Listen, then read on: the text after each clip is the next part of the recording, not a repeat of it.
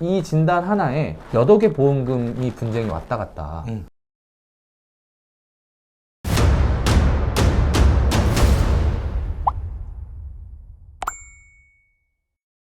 안녕하세요. 뉴스포트 보험 전문 기자 김승동 기자입니다. 안녕하세요. 한손사 채널을 운영하고 있는 한상훈입니다. 예전에 어떤 수영 선수를 굉장히 좋아하는 팬이 수영 선수의 운동하는 모습을 보다가 피부암이 있습니다 라고 댓글을 달아서 그분이 정말 피부암으로 확진이 됐고 정말 팬한테 감사했던 그런 일화가 있었어요. 근데 이 피부암이 보험금 받기가 되게 애매하다면서요? 그렇죠. 이제 오늘 조금 말씀드리고 싶은 거는 피부암이라고 명칭하기는 좀 그렇고 이제 림프암 중에 하나인데 균상식육종, 영어로는 마이코시스 풍고이데스, 홍고이데스 이렇게 불리고 한국 표준질병사인분류 C84 코드가 부여되는 암입니다. 이 암의 특징이 조금 묘해요. 그러니까 이게 계속 문제가 되고 있어요. 우리가 암에 대한 진단 확정은 뭘로 내리죠? 병리학적으로. 그렇죠. 병리학적으로 저희 같은 사람들이 상담할 때는 암 상담이 들어오면 의뢰인분들이 진단서 막 보내준다 그래요. 조직검사 하셨냐고. 조직검사 했다. 그럼 그거 가져오세요. 조직검사 결과지 주셔야 상담이 가능합니다 라고 말씀드릴 정도로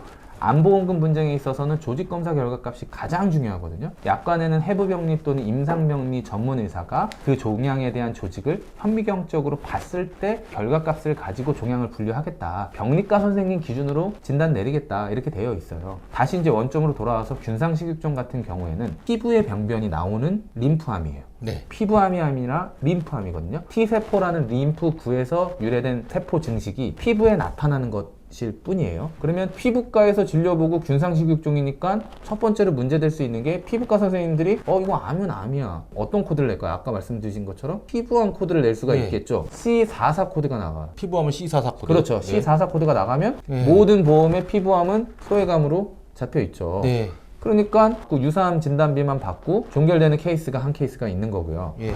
보험회사는 C44 코드 받으면 이거 일반 다른 코드 C84 코드 받아오세요 이렇게 그거 안 안 알려주죠. 하죠. 그러니까 C44면 조직검사 결과값이 조금 애매해도 그냥 쉬쉬거리고 소외감 줘버릴 확률도 있거든요. 이 암 자체도 그렇게 흔한 암은 또 아닌데다가 이게 림프암이고 C84 코드가 나가다 보니까 이 C84 코드는 상품에 따라 조금 다를 수는 있는데 대부분 일반암 플러스 고해감이에요. 이 진단 하나에 몇 억의 보험금이 분쟁이 왔다 갔다 하는 거라 피부 병변이 조금 이상한 게 있다라고 생각을 하시면 보셔야 되는데 이게 림프에서 유래된 건데 그레이드가 4그레이드로 나눌 수가 있어요. 첫 번째로는 그냥 약간 피부에 조금 발진 정도? 발진 가지고 막 병원 달려가진 않으시잖아요. 그러니까 요거 그냥 놔두는 거예요. 그래서 요게 판기라고 해서 조금 딱딱해져요. 그러다가 이제 넘어가면 홍피증기라고 해서 뻘겋게 되고 비닐이 이제 막 생기거든요. 1단계, 2단계 때는 굉장히 진행이 느려요. 정말 예민하신 분들은 병원 가보겠지만 그거 들고 병원 가도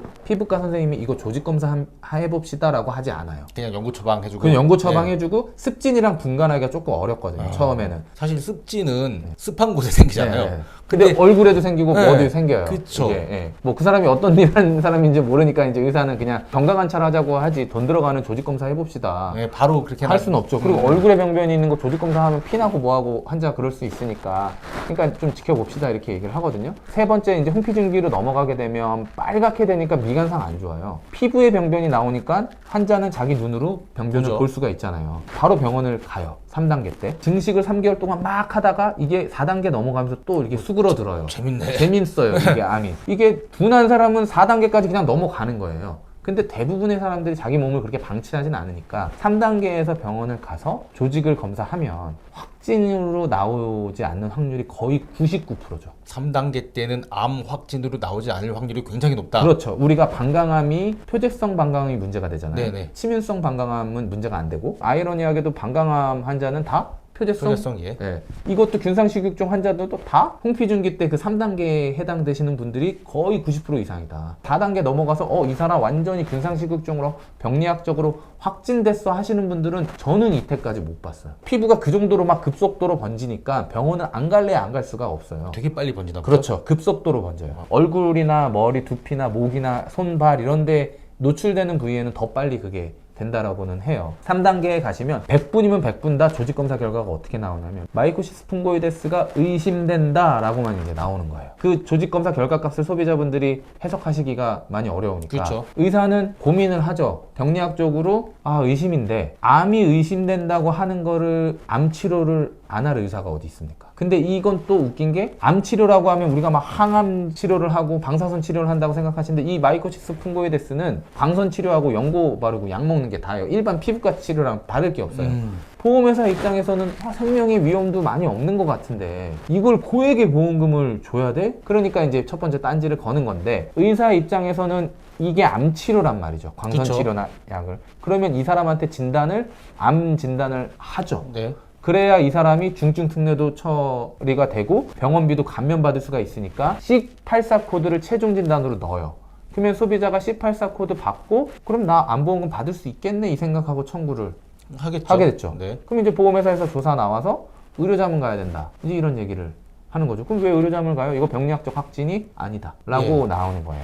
그러니까 조직검사 결과지를 주면 되잖아요. 그렇죠. 그러니까 조직검사 결과지상에 확진으로 안 나오니까. 의심이니까. 의심이니까. 룰아웃, 뭐, 이제, suggestive, suspicious, 이런 식으로 해서 의심된다, 이런 식으로 나오니까. 이렇게 조직검사 결과 값에 의심된다라고 하면 이 균상식육종은 영원히 병리학적으로 확진할 수가 없을까요? 있으니까 말씀을 그렇죠. 주셨겠죠. 질문들을 받았습니다. 네, 그렇죠. 이게 뭐가 제일 중요하냐면요. 유전자 재배열 검사가 중요해요.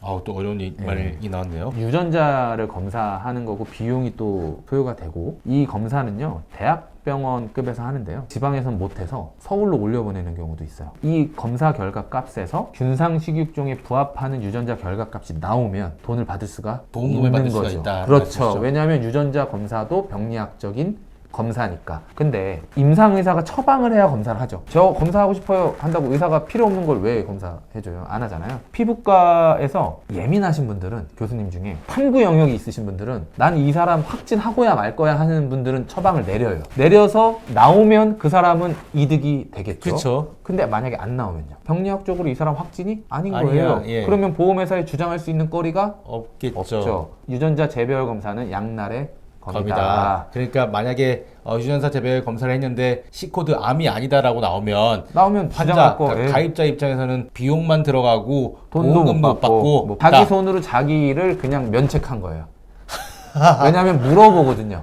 교수님이 이거 이 정도 비용 들어가는데 사실 유전자 재배열 검사에서 뭐가 나오든 안 나오든 이 사람 치료가 안 달라져요. 예. 그러니까 교수는 그걸 굳이 할 필요가 없겠네요. 없어요. 예. 그러니까 의심된다고 나왔으니까 자기는 의심으로 충분한 거죠. 치료 처방은 충분히 할 수 있어요. 근데 굳이 이걸 정말 유전자 재배열을 해가지고 기냐 아니냐 다퉈야 돼? 그냥 조직검사만 뗀 것만 보면 좀 안 돼? 보험사 입장도 좀 그 이해가 가네요. 그러니까 의료 자문을 가서 유전자 확실하게 재배열 해보자. 검사하든 예. 조직검사 제 슬라이드 염색해서 다시 보든 이제 해보자 라고 하는 거라 이거는 보험회사가 나쁘다라고 할 수가 없어요. 이 질환 자체가 확정 진단 받을 때까지 병원에 안 가는 사람이 없어요. 왜? 눈으로 보이니까. 이게 막 급속도로 증식하는데 그걸 놔두고 그냥 나 암인가 해서 병원 가시는 게 아니라 피부에 무언가 발진이 생기고 뭐가 있으면 미관상 보기 안 좋잖아요. 그러니까 병원에 가시거든요. 뭐 간지럽거나 아프거나 뭐 이러지도 않아요. 그렇게도 해요. 간지럽고도 하고 그런 증상도 있어요. 이건 대부분 3단계에서 가시니까 그렇게 결과값이 나오고 저희한테 문의 주시는 분들 다 그랬어요. 지금 이 건은 유전자 재배열 검사 하셔서 나오셨다. 어떤 결과값에는 음성이다, 양성이다 이렇게 나오는 경우도 있고요. 어떤 결과에는 단클론성, 다클론성 뭐 이렇게 나오는 경우도 있어요. 그러니까 본인이 결과값에 대해서 책임을 질 수 없으면 굳이 안 하는 게 좋다.